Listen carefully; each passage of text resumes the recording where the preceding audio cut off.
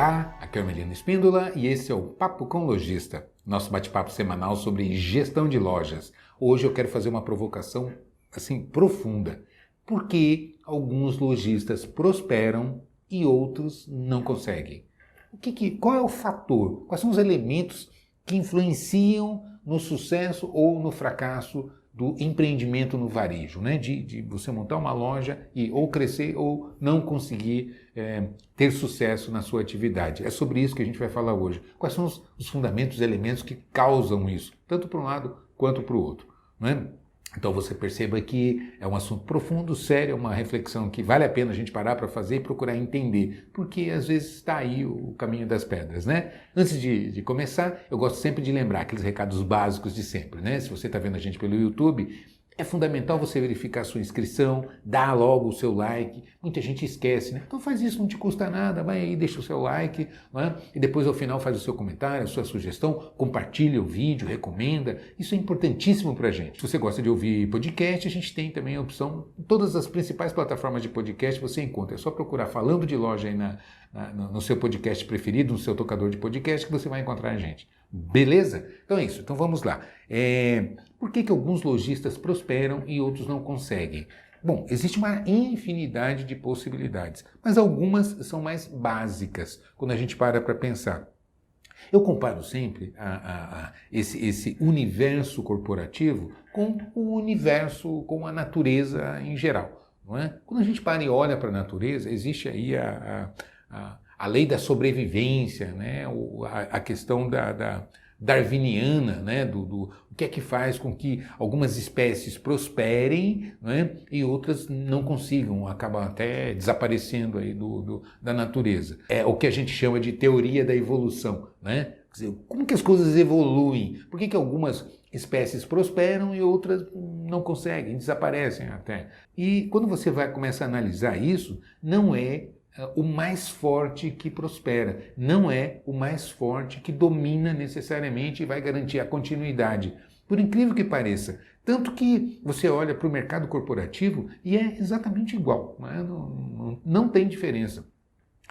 Quando você começa, eu posso mapear aqui, listar uma série de gigantes que estavam no mercado, poderosíssimos, né, e que desapareceram.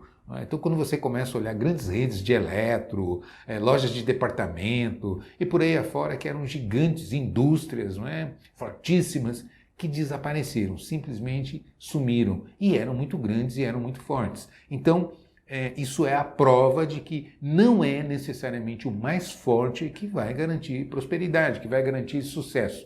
Não é? Então, o que é? É o mais adaptado, é o mais preparado que consegue sobreviver. Quando você olha para a natureza é a mesma coisa, né? O exemplo clássico são os dinossauros, né?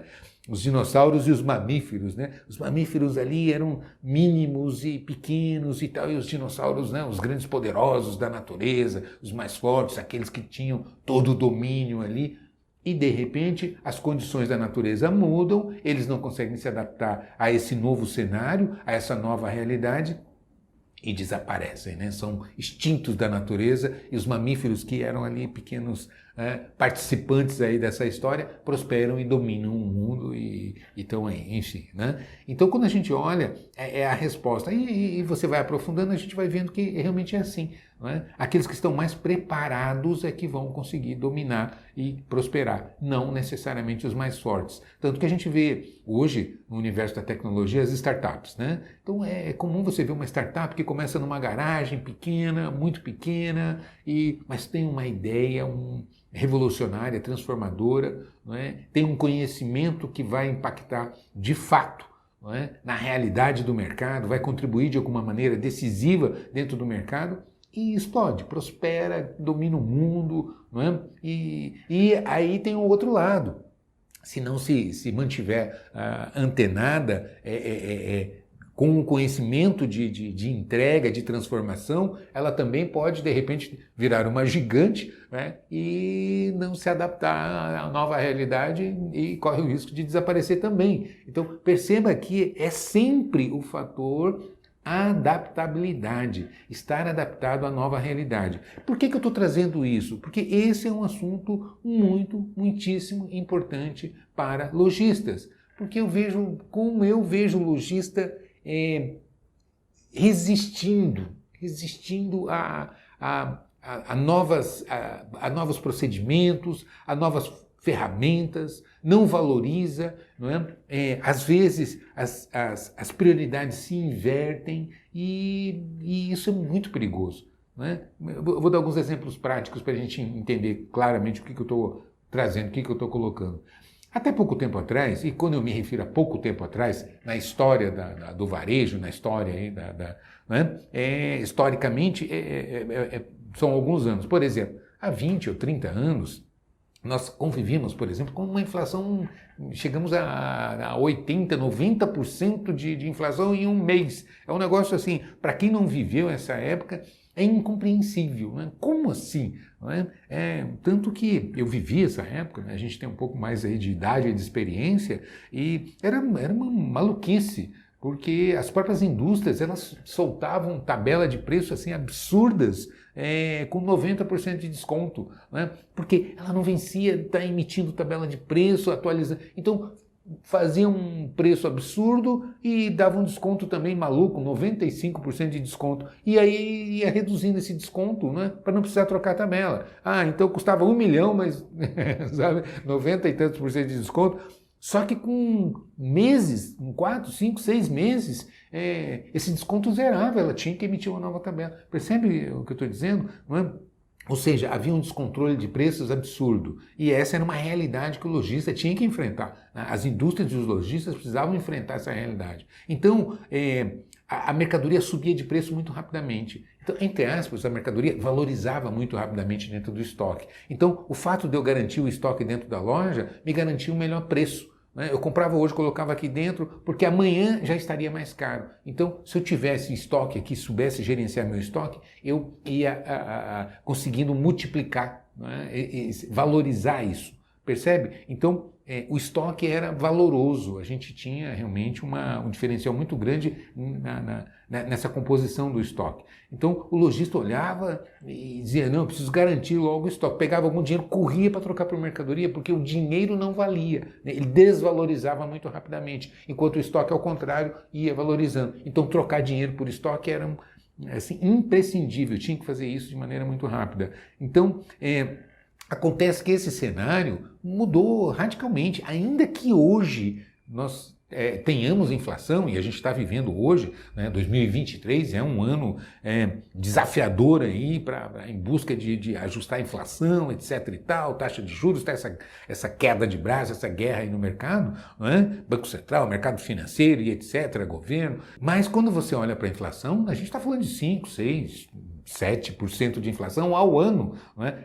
Comparando com esse cenário que a gente teve há 30 anos, mais ou menos, década de 80, é incomparável, não dá nem para comparar, é brincadeira, entre aspas, né? É brincadeira de criança você comparar uma inflação de 6% ao ano a de 86% ao mês, né? Como a gente chegou a enfrentar isso, de troca de moeda, uma maluquice e tal, e muito varejista que se adaptou a essa realidade conseguiu passar por essa tormenta, sobreviver, expandir seus negócios e está aí forte, né, jogando o jogo. Acontece que o cenário mudou radicalmente nessa época.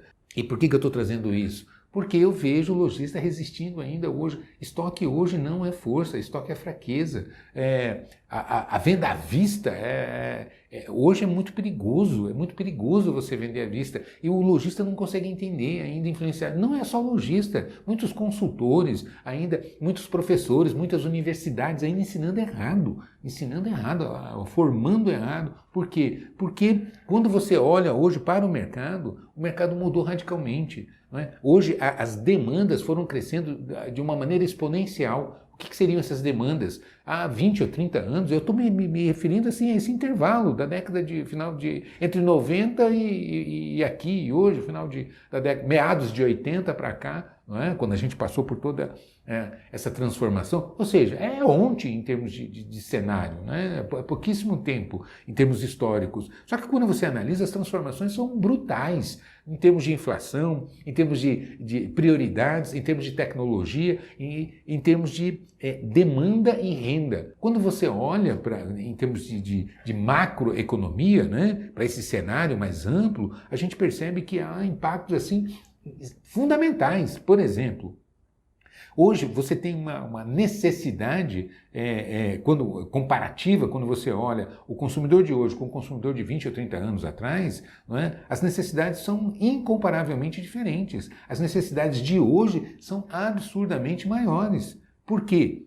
Porque começaram a surgir novas demandas que não existiam. Exemplo, hoje você tem a questão da tecnologia. Então, eu preciso ter celular, para ter celular, eu tenho uma conta de celular ou pré-paga ou uma conta corrente aí para pagar, não é?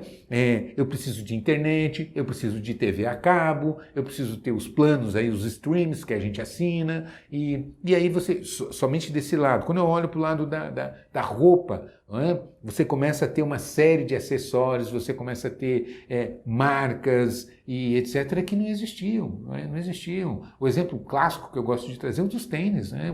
Eu quando era garoto, quando eu era criança, eu tinha 3 opções de tênis. Né? Ou era Conga, ou era Bamba, ou era Quixote, e acabou, não tinha muita opção. Não é? Hoje você tem tênis para indoor, tênis para caminhada, tênis para academia, tênis, não é? Para o dia a dia, você tem os sapatênis e por aí afora. Cada um com as suas tecnologias, com seus modelos e tal, não é? E assim por diante. Então, quando você começa a olhar, não é? E a tecnologia atropelando, quando você olha para as TVs, não é? A TV hoje é um computador que você tem. Antigamente, toda casa tinha quando tinha era uma TV, né? Hoje você tem uma TV em cada cômodo da casa. Então, isso vai atropelando, vai pressionando o poder de compra do consumidor. Acontece que quando você olha para a renda não cresceu nesse mesmo nível. Então isso vai ficando assustador.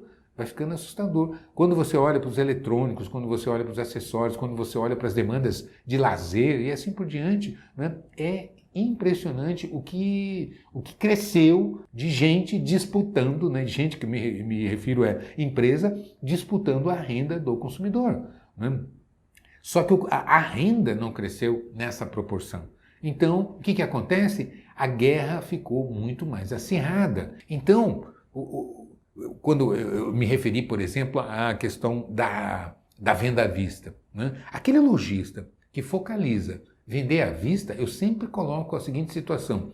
Você está disputando a sobra, você não está disputando o bolo, você está disputando o farelo do bolo. Por quê? Porque quando o consumidor recebe o salário, eu me refiro aqui ao consumidor médio, né? Quando o consumidor recebe o seu salário, né, e você pergunta para ele qual é a primeira coisa que você faz quando você recebe o seu salário, a resposta é uma só: pago as minhas contas. Né? Então veja bem, se a primeira coisa que o consumidor faz quando recebe o seu salário é pagar as suas contas, aí você pergunta para ele, tá, e você compra à vista? A resposta é sempre, se sobrar. Se eu conseguir fazer sobrar alguma coisa, ou eu vou poupar, ou eu compro à vista. Percebe? Então, se você disputa a venda à vista, você vai disputar o quê? Efetivamente, a sobra. Não é? Porque já comprometeram o salário do consumidor. Não é? Então, quando você para pensar, é uma loucura. Então, quando você quer participar de uma maneira mais efetiva da possibilidade do consumo, não é? O que você tem que fazer? Você tem que disputar uma receita futura. Não é? Um salário que esse consumidor ainda não recebeu. Daqui a 6, 7 meses, quando ele for, eu já me comprometi com ele. Ele já se comprometeu comigo. Né? Porque eu facilitei, eu vim disputar uma renda futura. Porque se eu for esperar esse consumidor receber o salário dele, pagar os boletos, as contas, os carnês que ele tem, né? Os cartões de crédito que tem, para vir na minha loja comprar à vista, a possibilidade de eu ter bailado nisso é muito grande.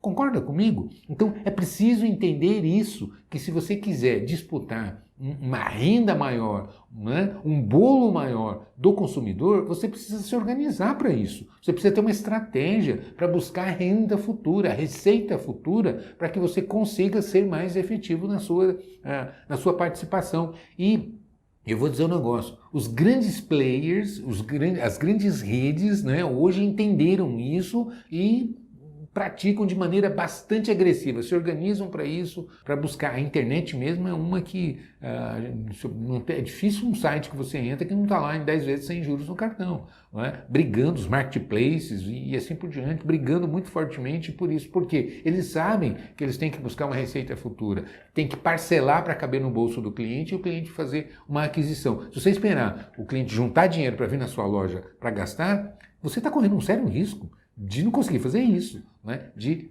atropelarem esse consumidor e já comprometerem essa renda para um desejo futuro. E como a tecnologia hoje tem uma velocidade de transformação avassaladora, as coisas defasam muito rapidamente, então você vê que lançou um celular com 2 anos já é coisa antiga, né? A Apple lança o iPhone aí todo ano um modelo novo e assim por diante, cada um lançando as suas tentações e isso vai evoluindo de uma maneira dramática que vai pressionando o consumidor para se atualizar, para trocar, não é? E aí como é que fica? Não é? Eu não consigo, eu como consumidor, não consigo ter o último modelo de telefone, ter o tênis mais caro, ter o sapato mais legal, usar todas as principais marcas, ter o óculos, o relógio, né, o carro, a moradia, a escola dos meus filhos, a alimentação, o lazer. Ou seja, quando você começa a olhar, é muita tentação. Não é? Então, isso acaba potencializando essa disputa.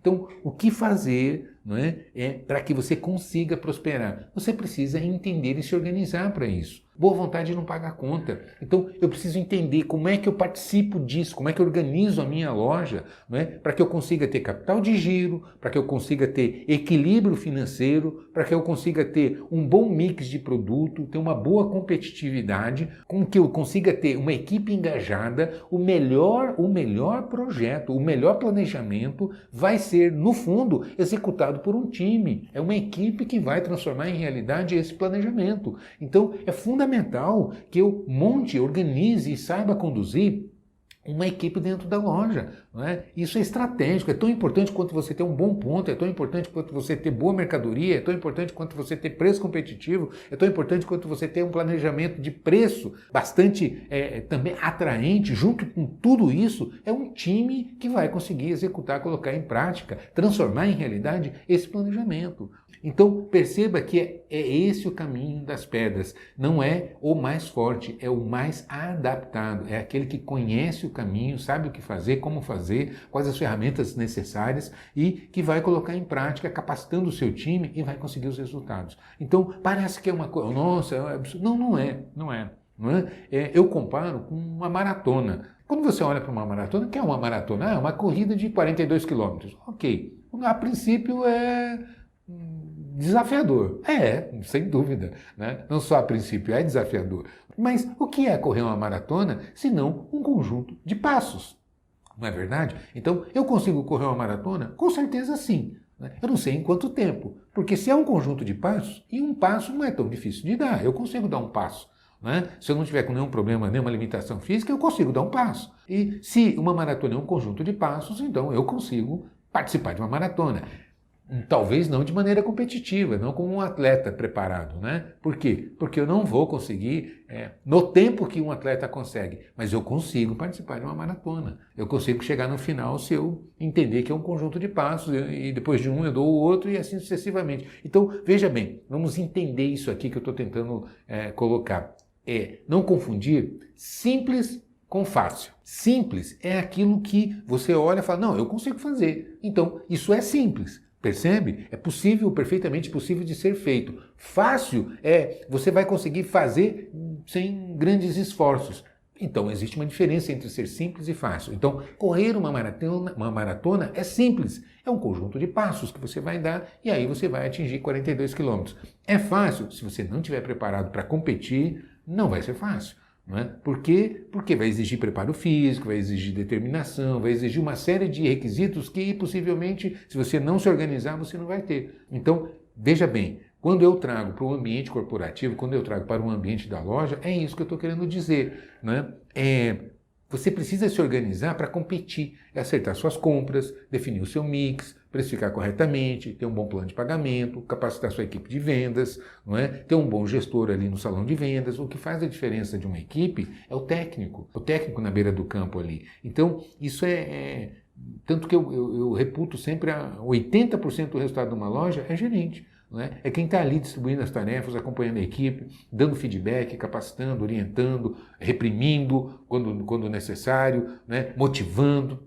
Então, dando feedback é fundamental. Então, agora, isso não cai do céu, isso não é uma geração espontânea. É preciso estratégia, é preciso ferramenta, é preciso capacitação para que você consiga realmente estruturar a sua equipe. Ah, Evelino, minha loja é pequena, então ela exige mais. Porque uma loja pequena, não é? Você tem que ter mais conhecimento, porque tudo cai ali em cima de você. Percebe o que eu estou dizendo? Uma loja grande, uma rede grande, ela é departamentalizada. Então você tem o departamento de marketing, você tem o departamento de RH, você tem o departamento de compras, você tem o departamento de vendas, você tem o departamento fiscal e assim por diante. Então, ali dentro daquele departamento, aquelas pessoas são responsáveis de cuidar de uma determinada área, então elas se especializam. É claro que elas estão interligadas com as outras áreas, mas o foco está numa determinada área. Percebe? Agora, quando você é uma empresa menor, você cuida de tudo isso. Então você tem que cuidar do marketing, das compras, das vendas, né? Enfim, você é tudo ali. Então é quando exige mais de você. Isso é ruim?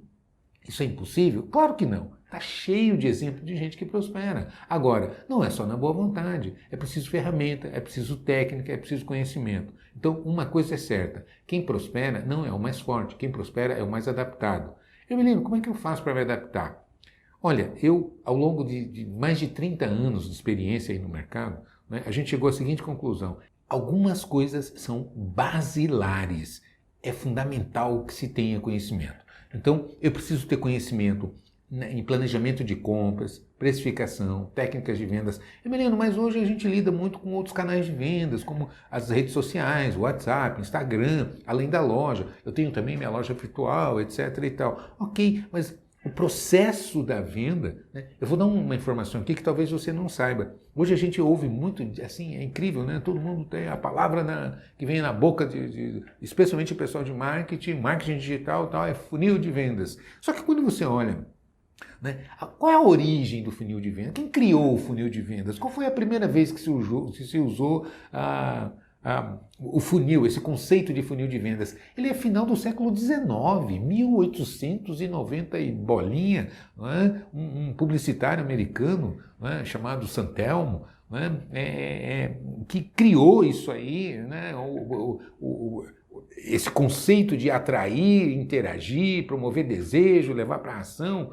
né, que é o que a gente chama hoje de funil de vendas. Né? Então, é tão antigo quanto isso, sabe? Há mais de 100 anos. Então, perceba que a gente vai adaptando, trocando os nomes, alguma coisa assim, mas alguns conceitos, né, eles são basilares. Perceba, então, a diferença. Então, a realidade vai mudando. Você precisa se adaptar a essa realidade, mas você precisa ter alguns princípios básicos. É isso que é fundamental. Então, se eu sei que vender é a capacidade de influenciar a decisão de compra de um cliente, vender é deixar um cliente com vontade de comprar, quais são os aspectos que influenciam esse desejo? Quais são os mecanismos? Não é? O que é um sinal de compra? O que é uma técnica de fechamento? Não é? Tanto digitalmente, presencialmente, quanto eu estou conversando no WhatsApp com um cliente, ou quando eu estou tete a tete, presencialmente. Percebe o que eu estou dizendo? Existe toda uma estratégia de técnicas, de promover desejo, sinal de compra, técnica de fechamento.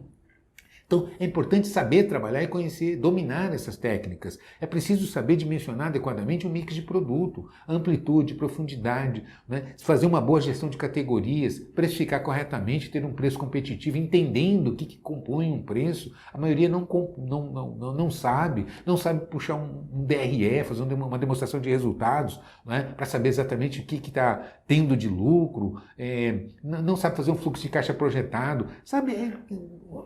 Como você vai competir, se tornar competitivo? Como é que você vai garantir a continuidade? Né? Como é que você vai estar adaptado a essa nova realidade? Se isso é uma urgência, você tem que saber competir. Porque, como eu estou dizendo, a A guerra aumentou, o mundo aumenta assim, né? Se a gente pegar a população da Terra em 1900, né? 1900, redondo, né? Começo do século XX, e pega o começo do século XXI, em um século, né? Quanto que aumentou a população da Terra, percebe? Então é mais gente disputando, é mais gente brigando aí por espaço. Então é isso que está acontecendo, e aí você precisa estar preparado, né? Então, ter essa estratégia é que vai fazer toda a diferença. Emiliano, como é que eu faço? Bom, eu posso garantir para você, eu preparei 15 cursos que ficam à sua disposição. Então, eu tenho muito material gratuito aqui no meu canal do YouTube, né? Você tem as playlists, dicas para vendedores que a gente traz,